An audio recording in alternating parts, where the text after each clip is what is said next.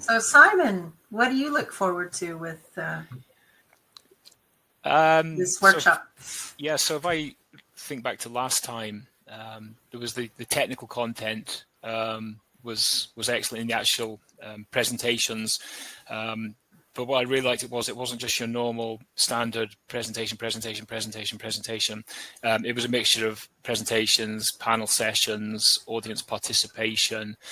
So the whole event was really interesting in terms of the technical content. The other part was the exhibition space outside the main presentation theatre is really well set up for vendors to share their products and their technologies, and it's a great networking opportunity as well. But above and beyond that is really for that moment in time. I can't remember, Pierre-Edouard, was there, or Kenny, was there 150 people last year or the last event? I don't exactly remember, but it's just such a good opportunity to network and collaborate and speak to peers. And just for one moment, it feels like, everybody's equal and everyone has the same challenges. And so we just get to communicate and collaborate in a fantastic way. So, really there's the networking piece and then the social side of it. You get to meet up with people who you haven't seen in years. There's some good social events. There was the breakfast event last year. The whole format is just really wonderful. So, yeah. Very nice. What about you, Kenny? What do you look forward to? Well, I guess in the same as Simon, there's probably three things that I'm expecting to get out of this event. The first thing, I'm really excited the fact that we're using AI in the digital theme of the event. It's really important to me. We work with old assets all the time, mature assets. The value that we bring in well integrity is it's a small differential, really. We're not drilling new wells. We're looking at old assets and trying to get as much out and much value out of them as we can. And the fact that we're able to combine the zeitgeist of new technology with AI with these old assets is something that's happening an awful lot quicker than I thought it'd be. I thought we'd be last in the queue for that kind of stuff. So I'm really excited. The fact is we're there, and I'm having to get myself up to speed on the software side of things and how we're going to apply it. So I'm really excited about just learning more about that. The other thing I would couple that with is the last session last March, what we talked about a lot was about how we bring the next generation and how we transfer knowledge between, grey-haired old guys like me and the younger generation coming through, and to make it an exciting place to work, an exciting place to decide to have your career. And I think this combination of learning new about how we can use AI in these mature assets makes it, I think, a more attractive place to work on transferring skills and work on bringing new engineers, scientists, engineers, and software people and others into the industry. So I think progressing that debate, I think it's going to be fantastic. I'm really looking forward to that. And the other thing is, I've been going to this event for a long while. It's certainly more than a decade. It might be closer to 2. And there's always something that surprises me about this event and makes me think differently about well integrity. And there's some standout moments. I think maybe about 10 years ago, we had an event, and I think its theme was where the industry meets the regulator. And on the second day, we had a keynote speech from one of the senior people within the Dutch regulation system. And he just completely turned the event on its head. Said we were asking the wrong questions, we needed to think differently, and it just electrified the entire event. And it was magic to be, this old and great, and to be told, no, completely change the way that you think. And there's always something like that happens. And I remember the last event, Graham Skinner led a role play of an actual well integrity incident offshore. And we did what we did. We got into a huddle. We thought we were being clever because we had operator people and service people and regulator people around the table. But we made some really glaring errors as well. We didn't engage with the offshore people early enough in the role play. So that was one thing that I took away. Like, the people around that table, we thought we'd done a great job. And then people pointed out fundamental sources of really important information that we could have done. And I thought, this is exactly transferable learning. We're doing it in a role play in this event, surrounded by great experts. When we do that in our day job, we will make the same mistakes unless we don't learn from that. So there will be a surprise at this event. And obviously, I don't know what that is, but there'll be something that makes me think differently about our industry, where we are, and how we can improve. And I'm really looking forward to finding out what I don't know. I think as well, Kenny, with that session as well, I think you're not afraid to challenge one another as well and have those tricky conversations are difficult because it's almost like you're in a safe space to have those conversations. And that's another thing I love about that is, you're not afraid to ask those questions. Yeah, and we have a common experience there. It is a safe space to talk about these things. We've built a community. It's a much larger community than it was a decade ago. But the protocols are you are open. You do ask the questions that you maybe wouldn't in other contexts. So yeah, I share that experience.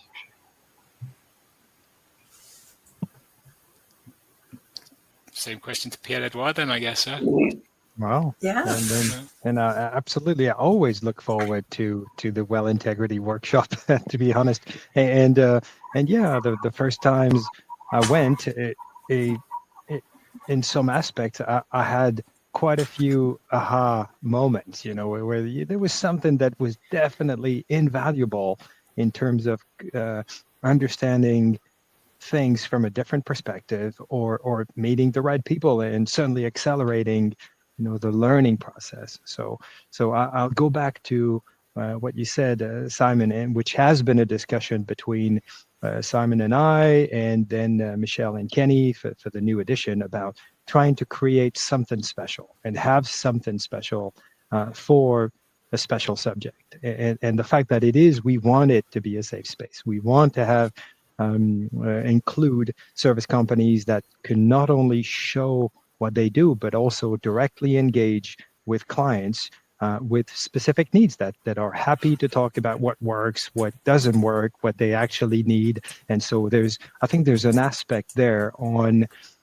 where the industry is heading. That will change. It will change over time with budgets and the degree of maturity in different countries, etc. So it has to happen multiple times. We're having conversations with the well integrity technical section about trying to replicate the event also in other parts of the world, because there will be some other local realities. The population might be different, etc. But yeah, I think it is a unique event, and it is full of learnings, not only learnings, but also great networking, meeting people, and immediately accelerating our ideas in at least in a few topics. So great accelerator also for some of our discussions. Very good. Michelle? Yeah. What do you expect? What has you excited? What has you excited about the event in a few weeks? Meeting old friends again. It's always good to see people, and believe it or not, Pierre-Edouard, we've never met face to face, so I look forward to that. Now that I think about it, and I think on the fun, engaging side, it's always good to sit down and have a chat, both with operators and service personnel, and see what's going on. And I really do also like the openness. And I have to say, this AI session that I'm co-chairing, I've learned so much, just investigating, seeing what's out there. And I really wish we could have had more sessions with AI. We have 4 presentations, but I think that we could have had a whole 2 days just on AI and what's going on there. I look forward to seeing also like what is on the minds of people. What are they starting to focus on? What are challenges they're seeing? Yeah, it's hard to add something new. You guys really hit everything on the head. Well, I think we can have a few words on the choices we had to make for the sessions themselves, because time is limited. It has to. I completely agree with you. We could have spent more time on where AI could potentially help us address some of our issues, but it's a time-constrained exercise. So it's really about stimulating.